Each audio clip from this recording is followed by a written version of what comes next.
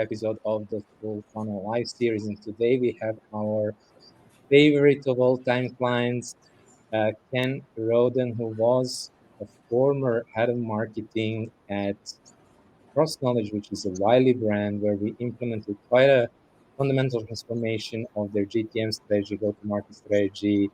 And internally also, Ken is known as one of the best champions in terms of like getting the buy-in and getting the organizations to understand why they should change and getting then the approval and the buy-in from the right people and the key stakeholders and leadership.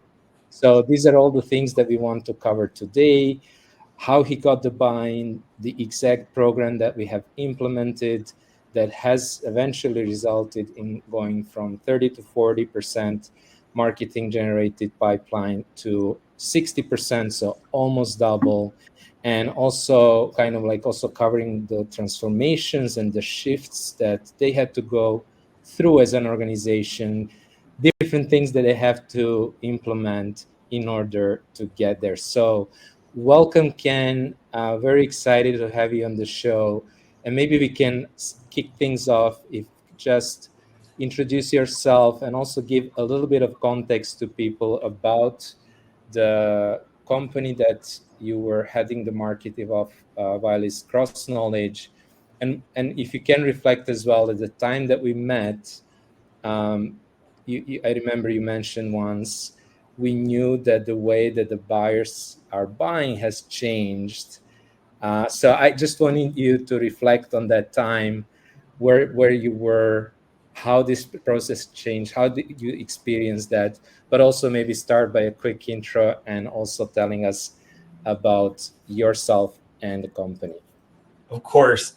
First off, Vlad, I should have you introduce me everywhere because that was a very flattering introduction. Thank you for the kind words. Hi, everyone. My name is Ken Roden, and I was the Senior Director of Marketing for Cross Knowledge, which was a division of Wiley. And Wiley is very much in the learning and education research space. Cross Knowledge specifically focused on B2B enterprise buyers, really focused on the Global 1000, the top largest organizations of enterprise, strategic enterprise size. Thinking our deal sizes were, in the upwards of 500,000 plus USD, and then thinking that our deal terms were over the course of 3 years. So our deal cycle was very long. And that is probably something really good to point out. Is one thing that is really important to understand is the way that buyers explore and try to uncover solutions to meet their needs has dramatically changed since 2019. And as Vlad mentioned, I was observing that, my team was observing that the way that we used to do things, a very much MQL driven marketing strategy and function, was just not cutting it anymore for us. And we started to realize that we needed to look for other ways to evolve our marketing strategy to align to those changes that were happening in the market. Awesome. Thanks a lot for sharing. I think what could be cool if we can discuss your practical experience as a B2B buyer, because at the same time, while leading marketing team, you were a B2B buyer, right? You were purchasing technology, you were investing in technology, into partners as a senior buyer. And I think what could be cool if you can share your story, how you decided to partner with us, what was your buyer journey. I think that would be very complementary to the entire collateral that we want to share today. Yeah. When I think about my own personal buyer journey, shopping for software, to be honest, I kind of dread the process. It's not really fun. But thinking about the B2B buyer journey shifting, thinking about the B2B buyer shifting, the process shifting, I did start looking two places. I looked internally. I thought there was a problem, but I wanted to explore deeper. So I worked with members of my team, started talking to sales, did a little bit of work with customer success to understand where we were winning. Are we winning anywhere? How well are we winning? Where are we not winning where we used to? And then the other area that I think is really important to invest in is to look outside of your organization. It's very easy to just hone in on what's happening to your company, your line of business, your product line, your sales team. But I looked and explored. I went on different marketing groups on Slack. I used LinkedIn to try to understand the shifts that were happening. If they were things that I also saw with my organization that were happening with these case studies that were being shared. And I think what brought me to Fullfunnel is I think I'd been following you guys for like, I don't know, 9 months before I actually engaged. Just kind of watching what you were doing. And when I finally put the dots together internally, I was like, okay, I think I know what I'm looking for. And I think I know what type of vendor or partner I need. So let me reach out to a few of them. And that's what brought me to working with Fullfunnel. And I would say, hands down, one of the biggest differentiators in our decision to go with Fullfunnel was the practice expertise of the team we worked with. They are practitioners. You're not theorists. You have big ideas, but you also know how to apply them to the business. And that was really important to me because in the past, I've worked with consultants or vendors who have very much been just in theory, but don't actually think about the application to the business. And there's a change management aspect, which is probably one of the greatest obstacles we have to overcome that you all did really well in working with us as partners. Appreciate it. And if I can summarize what you have said, it means that the buyer journey starts way earlier if we can break down how the demand is created, right? First of all, there is a demand for content. You are not looking for a vendor. There was a demand for professional education, right? Being just seeing what peers are talking about, seeing the modern trends, etc., right? At the same time, you were following us, maybe somebody else, and then you had a business challenge, which kind of triggered the search process, right? So you started to look for a specific solution. And this is, which means that when you started to look for a solution, you already had a pool of vendors or preferred vendors that you want to talk to, which means that demand is being created way earlier. And if you want, because a lot of companies talk about demand capturing, right? If you want just, and there is a conversation, hey, we just want to sell to this, theoretical 3% of customers that are actively buying right now. But if we'll listen to your story, it means that if you want to target this 3% of companies that are actively buying, you are already too late, right? Because you already have a pool of preferred vendors, and demand generation starts from creating demand for your content, right? Demand for professional education. Let me know if I summarized it well.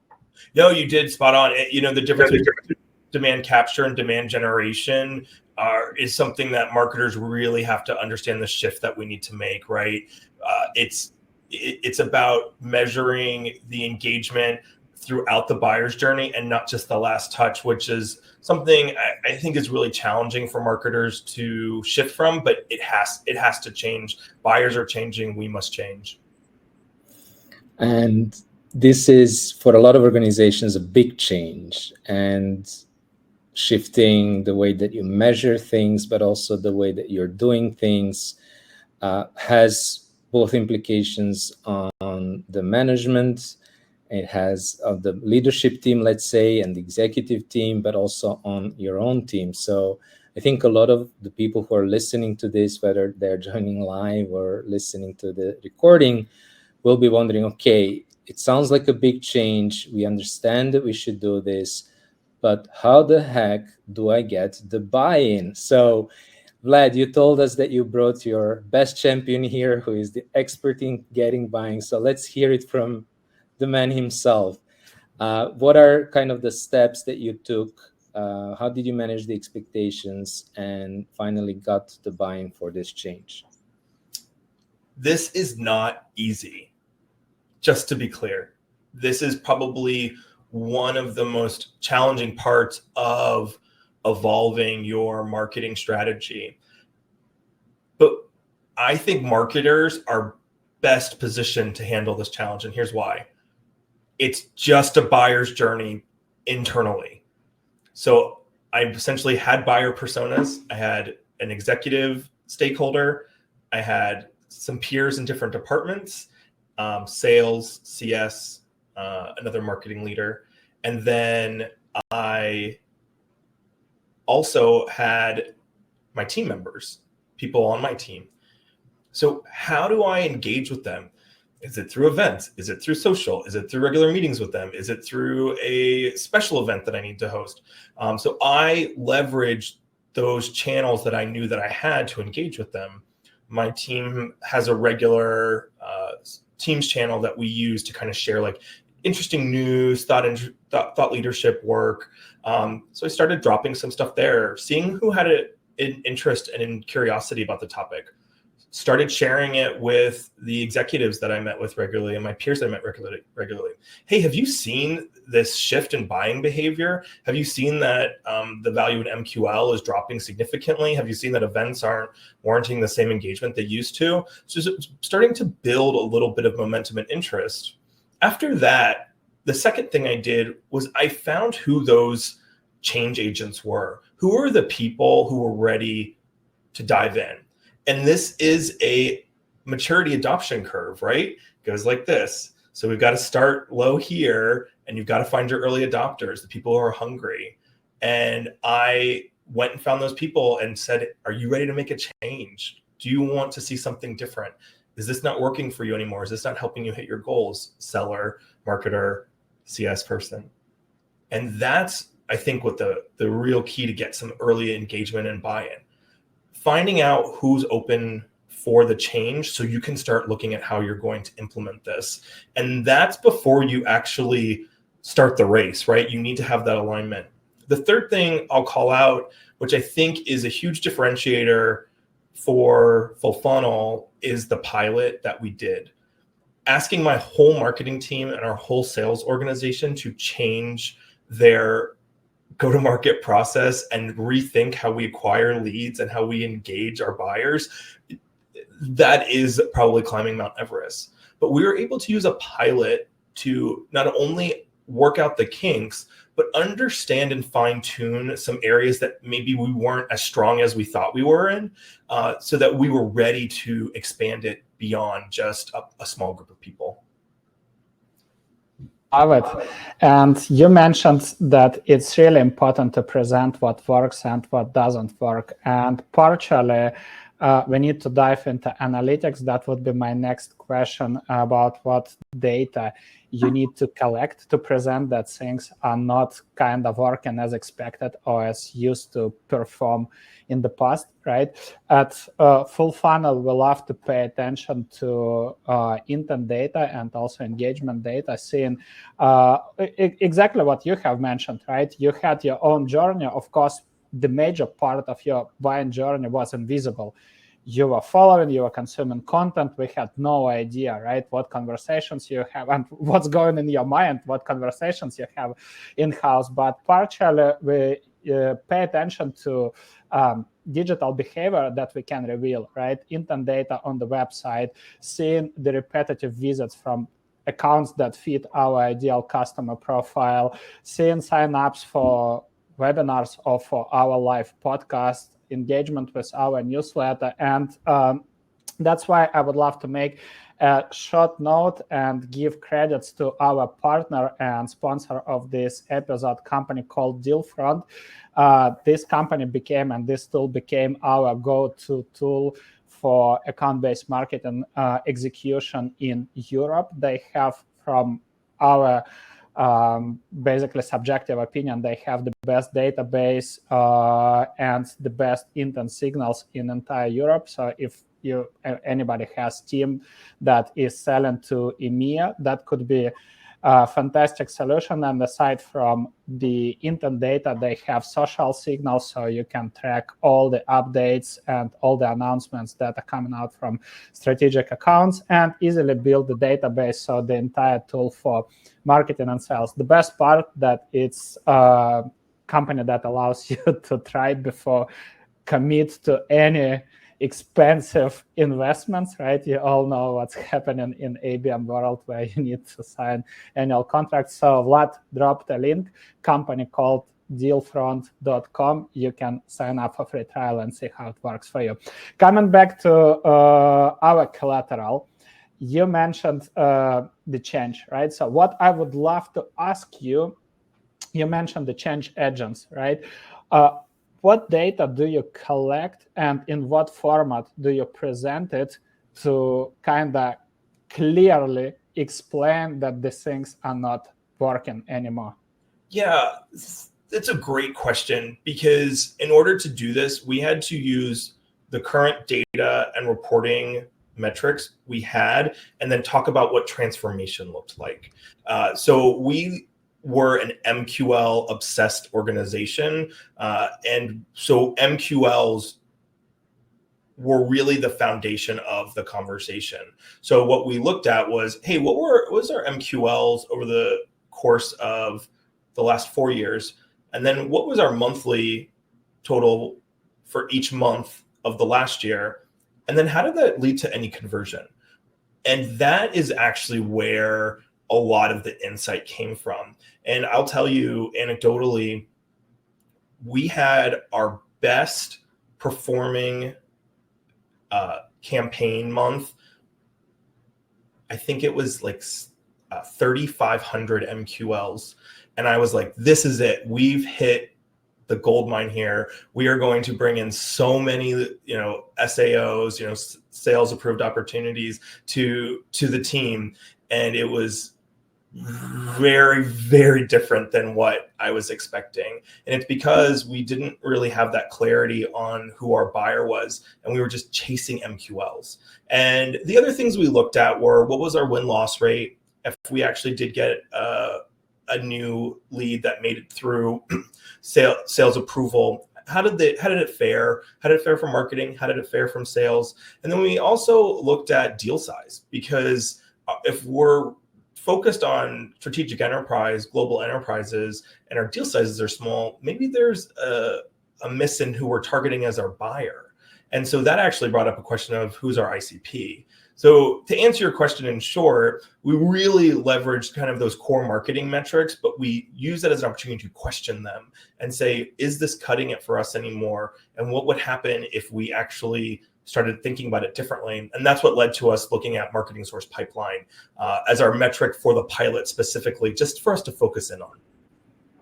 So the first step is take a sober look, face the truth, face the reality, and you need good data for that. And then I'm still amazed by all the work that I wasn't even aware of that you put into educating your internal buyers and stakeholders to get that initial buy-in for the pilot. Now, before I'd like to kind of zoom out and then zoom back in. So before we zoom in into the actual pilot and the things that we did there together, I was just wondering, like, could you walk us through like the biggest changes that you had to implement, that you had implemented with your team in your organizations to move from that MQL model, as you say, to a more modern demand gen and account-based marketing? I wonder, like, kind of like a zoomed out view, the biggest shifts that you had to make in your organization. The biggest shifts we had to make, going from, I'd consider it a traditional B2B marketing function to a modern account-based marketing team, there were 4 of them. One was switching up our KPIs, so dropping the MQL obsession and switching the focus to marketing qualified pipeline and looking at pipeline all up as a sales and marketing function. The other thing we definitely had to make a switch around was, we were very much in the motion of creating one-off campaigns on a cycle. So we'd finish one campaign and then we'd all start a new one, and then we'd finish that campaign and start a new one. And we needed to move to an always-on approach. The second one or third one is around lead generation. Rather than looking at just the top funnel and who we could get at the very beginning to engage with them and measuring that touch point, we needed to look at a full funnel approach to measuring demand and engaging customers throughout the buyer's journey, not just at the top and then running a nurture or two with them. It was more thoughtful. And then the fourth one, which I think is the most important, is we had named functions on our marketing team and our sales team, and we had to drop that. We had to drop the mentality of it's not my job or it's not your job. We were trying to solve problems together. And so that required us to rethink how we actually structured our marketing team and how we worked with sales.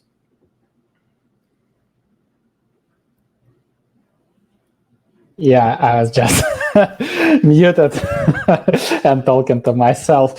So if you don't mind, can we ask you what was the pilot team structure? What were the responsibilities of the different team members? And I think what is really important, if you don't mind to highlight, it's really important to involve sales reps, right? But for pilot, you need to adjust their KPIs.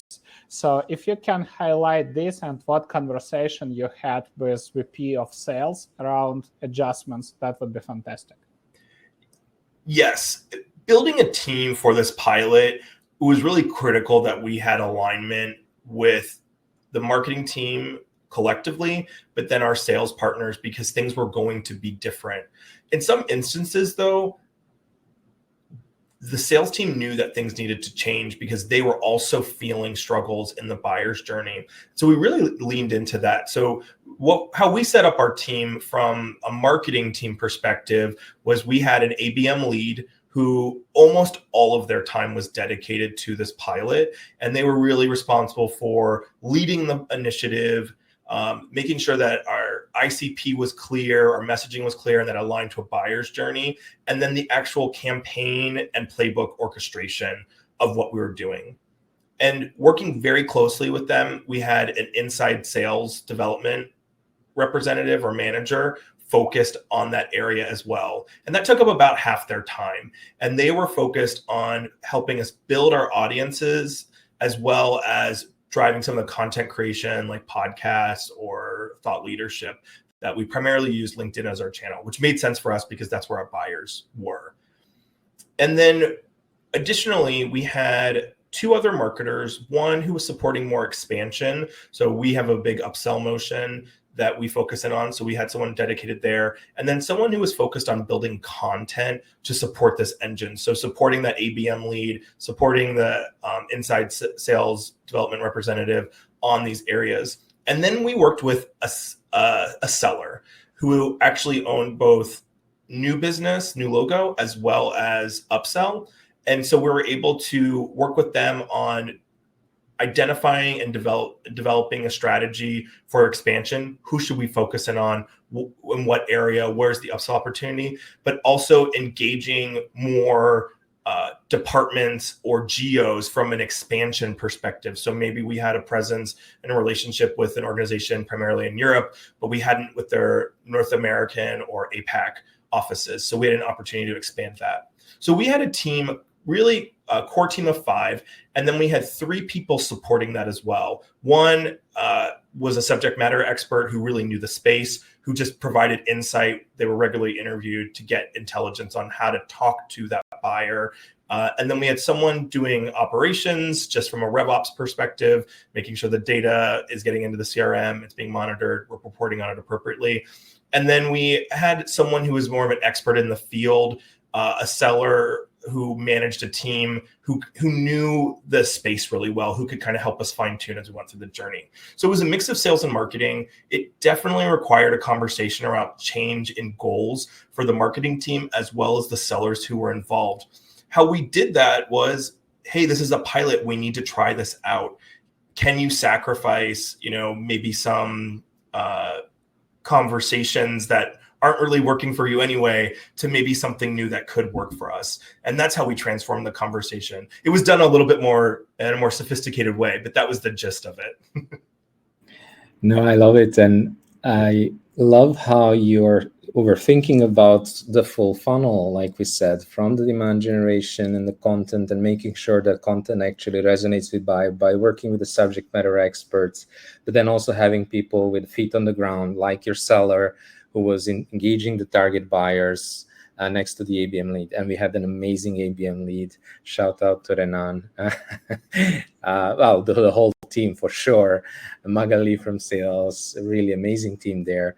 So I just was wondering, like, you had the team, you had all these conversations, you had a clear plan, but still, like, the reality of day to day, especially in marketing, being pulled sometimes from a meeting to meeting, from one distraction to another distraction. This was actually a question we got from the audience. How do you help the team maintain that balance, or at least like focus enough on the pilot and not being pulled like sometimes we get pulled into the other stuff? Yeah, this is where I think it's really important for the team to come together to avoid getting caught up in distractions, or as I call them, random acts of marketing, which can regularly come up and pull you away from where your focus should be. And we handle that in two ways. One, we were crystal clear about people's goals and priorities. We run quarterly goals for the team, so it's clear what their objectives are, and we were able to actually quantify, like, hey, this is what delivery looks like. We worked with you guys very closely on like how many LinkedIn posts actually should be created. So people had a goal to work on and to kind of be their North Star.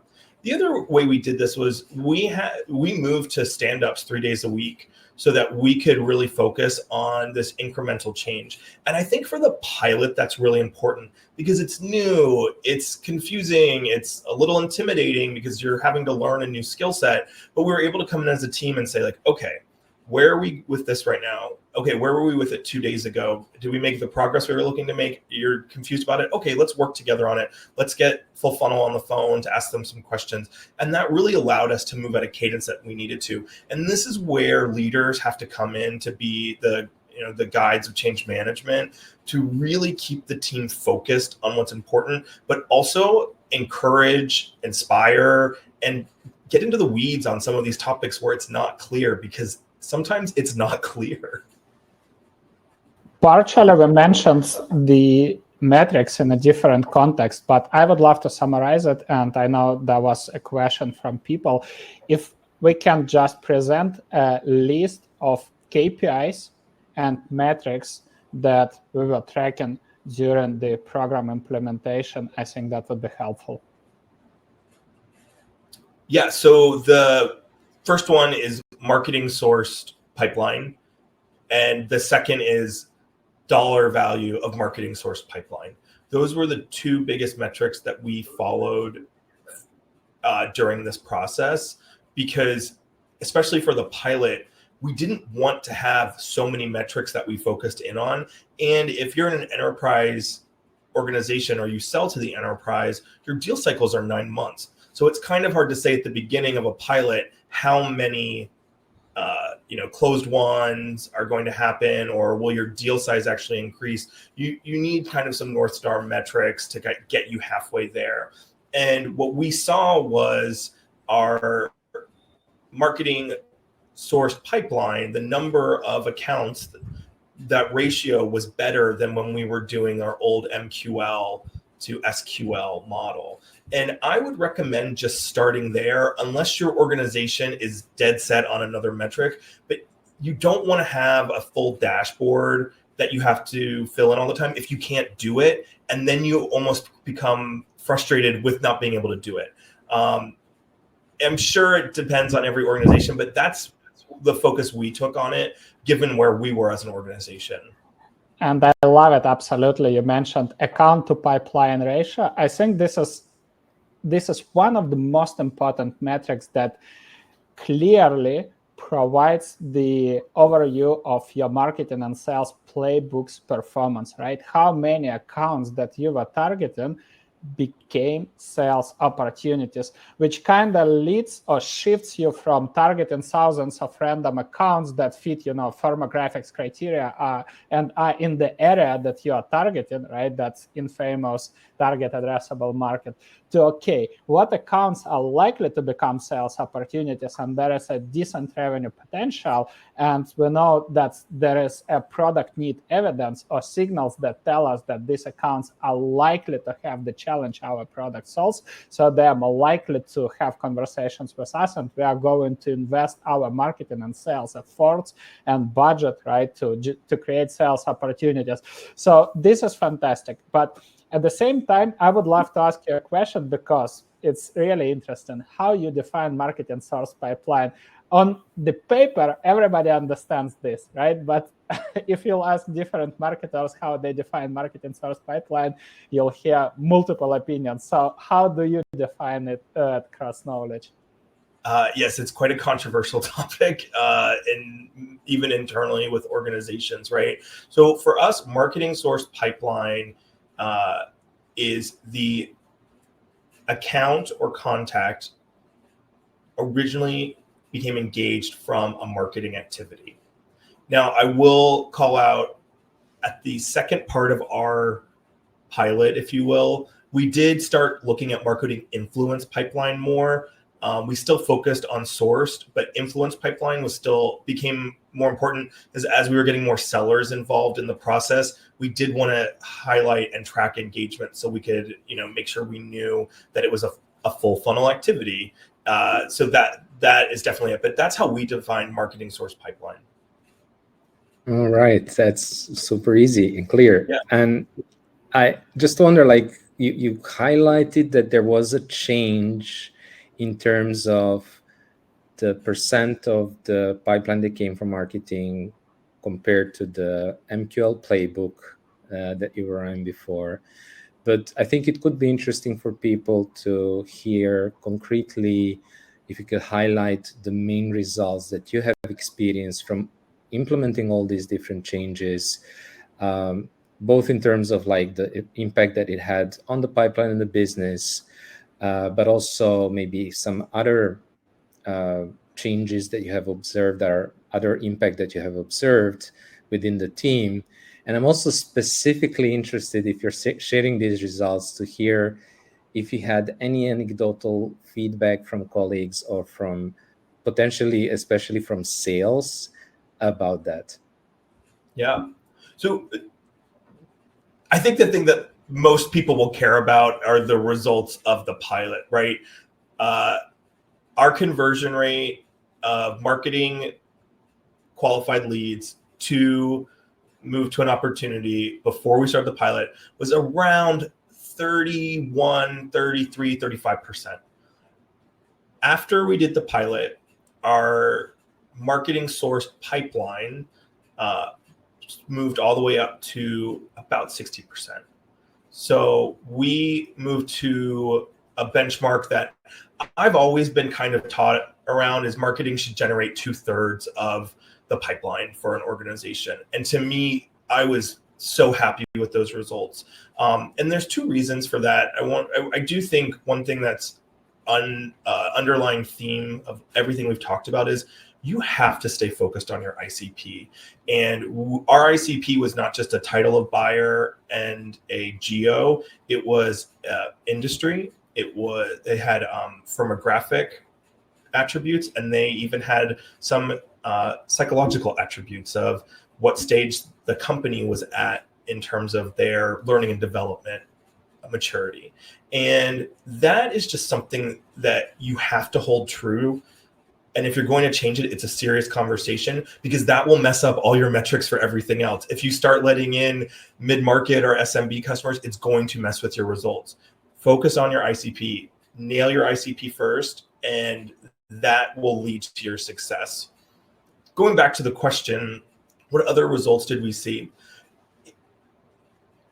I will say that the thing as a leader that made me most proud was my team was proud of themselves. marketing function and sales too, the last few years, it's hard out there. It's hard to get engagements from customers. It's hard to get engagement from prospects. It's even harder to close a deal. It's more challenging than it was 5 years ago for sure. And when they're seeing actual engagement from our ICPs because of the work that they've done, they felt proud of themselves and that their hard work paid off. And we did it as a team. And for me, that was the most rewarding aspect of all of this. And we mentioned a few people who worked on this project, but I think everyone on the marketing team ended up contributing somehow and doing some really insightful work. And that just stands out. Okay, let's talk about sales now. I will say I was really nervous. I reported to the head of sales. This was a career potentially destroying move I could have made, but the pilot allowed us to really explore this shift and the move to a full funnel account-based approach. And after we implemented this, here's the type of stuff that I was hearing.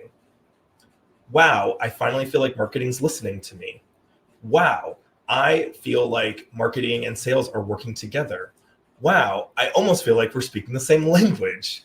And then more from a business perspective, we were supporting our sellers through this pilot in a way that they felt supported. They had the talk track and they actually were able to engage with the buyers, and we were able to drive that support. From an executive standpoint, when we were looking at the quality of the MQLs, they felt they were getting better accounts.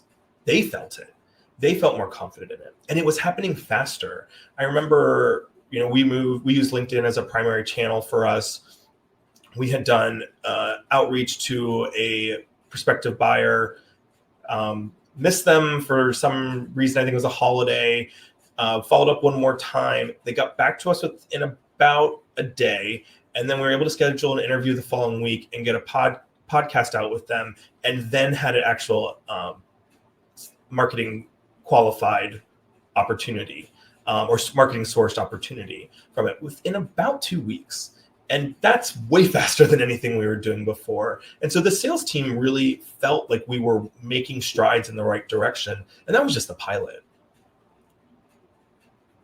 I think what is really important here to highlight, because it might sound kind of as a lead generation hack, right? We sent an outreach message, we invited to the podcast, they came, and suddenly out of the podcast interview, they became sales opportunity, like 7 figures sales opportunity, right? Yeah. So obviously, I think what is really important is that that wasn't the goal for this podcast episode, right? But just to explain that there were multiple relationship building activities where marketing and sales were involved, right? Sales were involved as well into creating awareness, and marketing was helping with content creation that is relevant to this specific buyer persona and that specific ICP that we have created. And podcast was one of the opportunities to talk to the best target buyer personas, in your case, L&D leaders in that space, and talk about relevant challenges to that buyer persona, market trends, best solutions, best practices, and spread the word. So that was awareness activity. But out of these conversations, there was a trust and relationship, right? I think nobody was treating sales reps anymore as, well, there is one more sales rep that tries to book a call or kind of sends non-sales message that is actually a sales message, right? They are pitching me a podcast interview, but in reality, they want me to come and listen 30 minutes to a sales pitch, right? That was a relationship building activity. And normally, because of these conversations, and there were way more conversations behind the scenes, people were asking about what you guys are doing, what is your platform all about, and what is really important, that you had subject matter experts, right? And even your sales people, they were well trained. They are real professionals that know very well the jobs to be done of target buyer persona. They could handle conversation. They were not just young SDRs, who call thousands of accounts trying to book a discovery call. These people who can talk the same language with their buyers, and they could be an advisor, right? So one of the shifts were repositioning them as trusted advisors, as consultants in that space. And some of the opportunities were coming, which I would love to give a credit to Magali from these inspirational sessions, right, where she was kind of providing a free consulting advice on how to improve specific processes in the organization. That was a bridge between all these full funnel ABM activities to actual sales opportunity. I think that would be an important add-on to the entire collateral. Yeah, for sure. Oh, sorry. Just to add to that, one of these shifts in the B2B buyer world that we're experiencing is you can't just throw out blanket content that is just the top trends in learning and development or the top trends in your industry.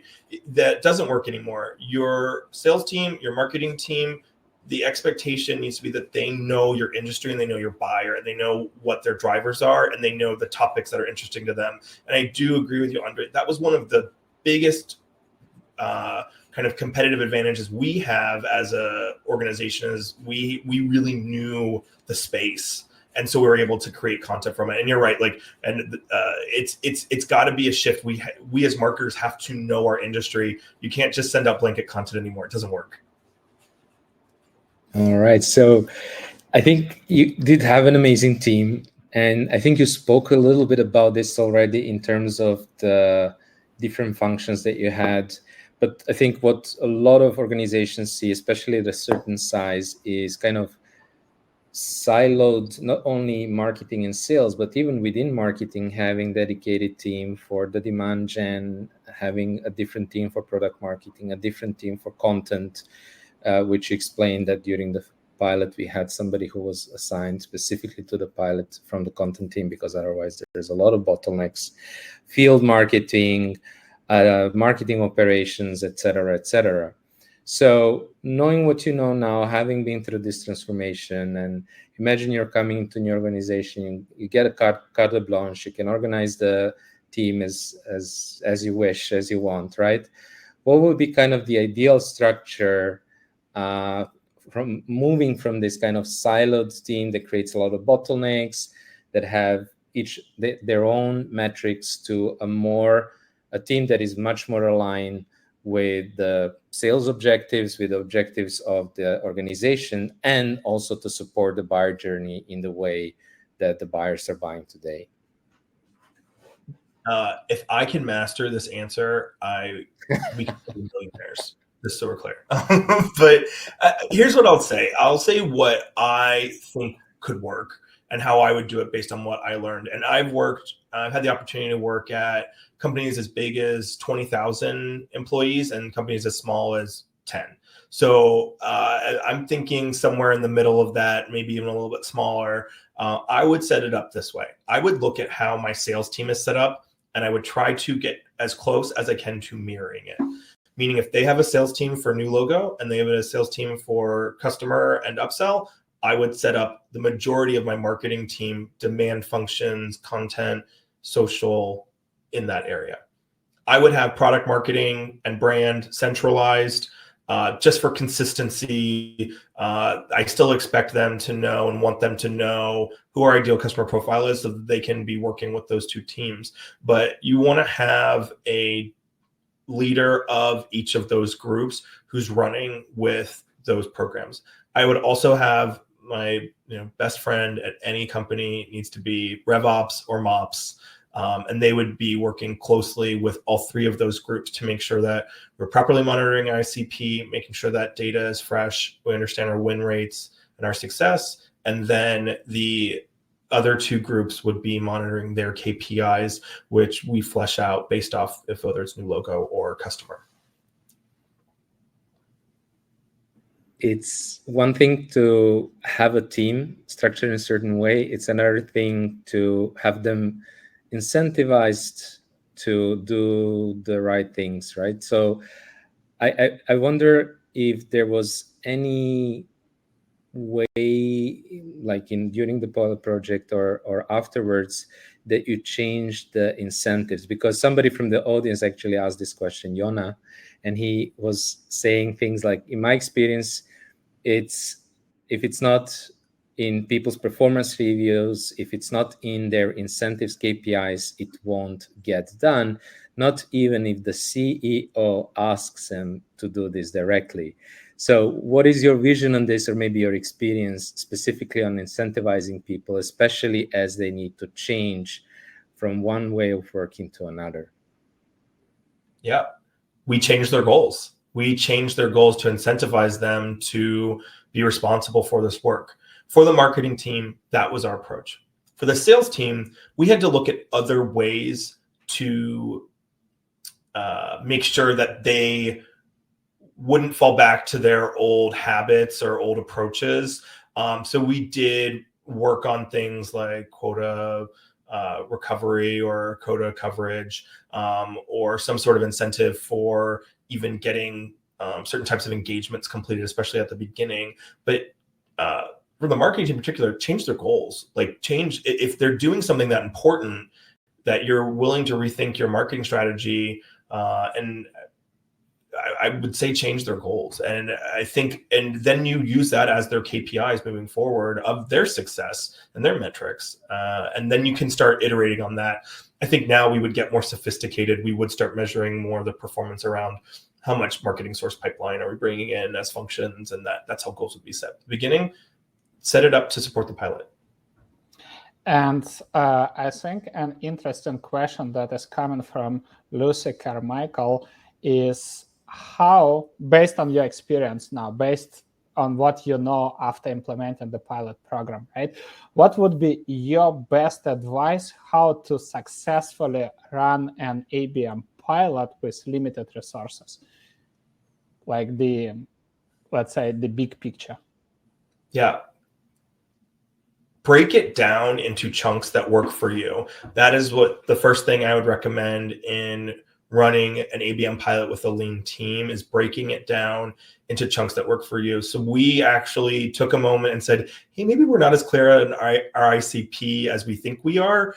Let's make sure we've got clear alignment on that. And then we can start moving on to these other projects. Now, we did this at some point, we were kind of doing them in parallel, but we weren't, we were making sure that we weren't launching a, LinkedIn outreach strategy before we had our ICP aligned, or we weren't doing that before we had a content strategy and content ready based off specific topics that we had, right? And so I would highly recommend breaking it down. The other thing is this is hard. This isn't easy. We're asking our teams to upskill or reskill. We're asking them to think differently. We're challenging the way that they've been taught how to do marketing, or they've experienced marketing for the last 15, 20 years even. Being with the team, hearing their individual struggles, their individual challenges, their individual wins, as well as our team struggles and our team wins, is really important. So regularly checking in, regularly understanding the tone of the team, the sentiment of the team, that would be my biggest learning. It's the change management that is the hardest. And the last thing I want to call out, which we can forget when we're in the motion, is keep your stakeholders engaged. Tell them about the wins, really highlight the wins, but also tell them about areas where you've learned what does and what doesn't work. And I have a personal belief that showing humility and being wrong is one of the most powerful messages you can share with someone. If you have the courage to tell someone that you did something wrong, you learn from it, and you're doing something new with information, that builds trust and respect. And that has done me well in my career. I think this is probably one of the fastest way to build trust, especially if you have already screwed up. Owning it, totally. But also, like what you said, like over communicating and sharing wins at the beginning, maybe smaller wins, but later any wins that you can is, I think, really, really helpful to help also reminding people, keeping them engaged, that you say, because people tend to have short memories, and that's a really, really good tip. And maybe a good tip also to, I know you wanted to add something to that. Screenshot every conversation, every comment, put it in a PowerPoint. You will use it at some point. I know that sounds ridiculous, but do it, because we had an opportunity to pitch to a more senior leadership group, and we had our stuff ready, and they were like, wow, this customer or this prospect of this size is commenting on our posts or is doing podcast interviews with us. It really established a credibility and goodwill about the project we were doing, because we were on a journey. It was little moments of energy that we could use to keep us going. And I think what is really important is just to highlight what level of accounts we are talking about. Companies like Lactalis, Sanofi, etc., biggest European, just to give a hindsight, right? Biggest European companies are world-known companies that everybody wants to sell to, right? So getting even that engagement, that's a fantastic leading indicator, because sometimes I think one of the biggest mistakes, also to summarize on everything, is coming with, fake promises. Hey, we are going to immediately increase revenue. But there is no magic if you want to generate like a 500K deal with Sanofi or with Lactalis, right? You can't just expect that you can purchase a technology, right? Run some, automated cadences or programmatic display ads or do some gifting, and the opportunity arrives, right? And I think because of this, we spoke a lot about expectations, right? Because of this, a lot of programs are being shut down. Okay, in 1 month, nothing happens. There are no new sales opportunities.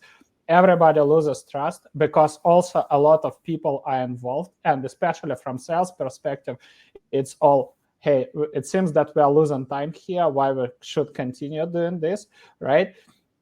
On contrary, you track every interaction. And in most cases for sales, I know I spoke to multiple sales leaders, and they always say, one of the biggest challenge and one of the most important things we want marketing to help us with is creating awareness among our target buying committee members. So when we'll reach out with, not pitching, but we'll reach out, we can expect that are more likely to reply to us. So I think this is one of the fantastic things. And when you present it, then you get buy-in. Suddenly, something happens. It's not sales opportunity, but it's a good signal that proves that your program works, that you are moving in the right direction.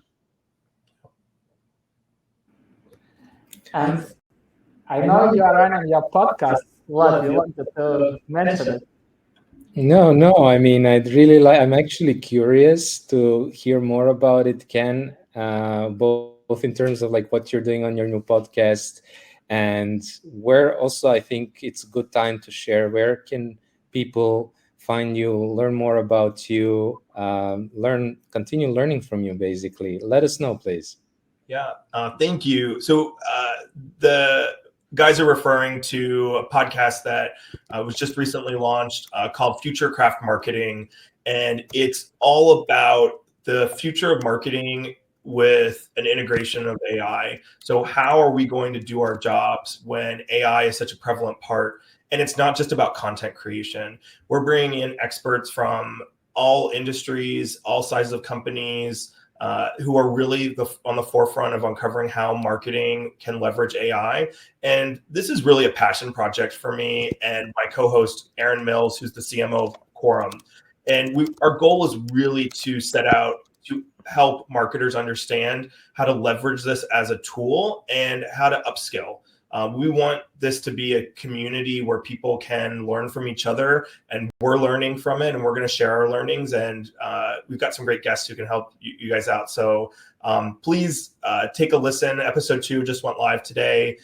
There's some great frameworks from our guest, Lisa Adams. So thank you all. And this was a great interview, and I'd love to keep in touch. I'm on LinkedIn. That's probably the best way to connect with me. It's Ken Roden. I'd love to talk to everybody. I love talking about this stuff. I nerd out on it all the time. Thank you so much. And guys, let us know in the chat, please, how was this episode for you? Was it useful? Was it helpful? Did you learn something new? We got, sorry, where it was? We got a feedback from John. Thank you so much for sharing your insights, Ken. I've been frantically making notes to share with our GTM team, so happy to hear. Let us know, please, guys, as well, how was this episode for you? And meanwhile, I dropped a link to Ken's podcast. It's called futurecraftmarketing.com. See the link attached, and also a link to Ken's LinkedIn profile so you can connect and follow him. More comments coming in from Archana, Vlad, Andre, Ken, fantastic session. Wanted to ask, yes, it will be available as a recording. There are so many nuggets here. People need to re-listen, it seems. Kate also sharing her appreciation. It was great. Thank you very much, Ken, she says, and I echo that. So thank you so much. This was, I think, an unusual episode because we dove into the behind the scenes that we sometimes don't see. So I really appreciate, sharing, opening up and sharing everything that happened there. Thank you so much, Ken. And just to summarize everything and wrap it up, next week we won't have live episode, but a week after, and the last week of June, we have 2 more of our clients coming to our live podcast. One episode would be all about running account-based marketing to IT audience that is not hanging out on LinkedIn, that is very skeptical and ignores sales outreach. So it would be super useful for everybody who sells to the same audience. And the second one with VP of sales of one of our clients. Actually, the first time we bring VP of sales, who will be talking about implementing ABM and how sales looks at ABM and what kind of help they want to get from marketing. So stay tuned, will be announced in 2 weeks. And we saw a lot of people from UK coming to this episode. I mentioned that in October we'll host a live pilot ABM workshop in London, so stay tuned, it would be great to catch up. That being said, Ken, thanks a lot for coming. Guys, thanks a lot for fantastic questions. See you in 2 weeks. Cheers. Take care. Thank you. Bye.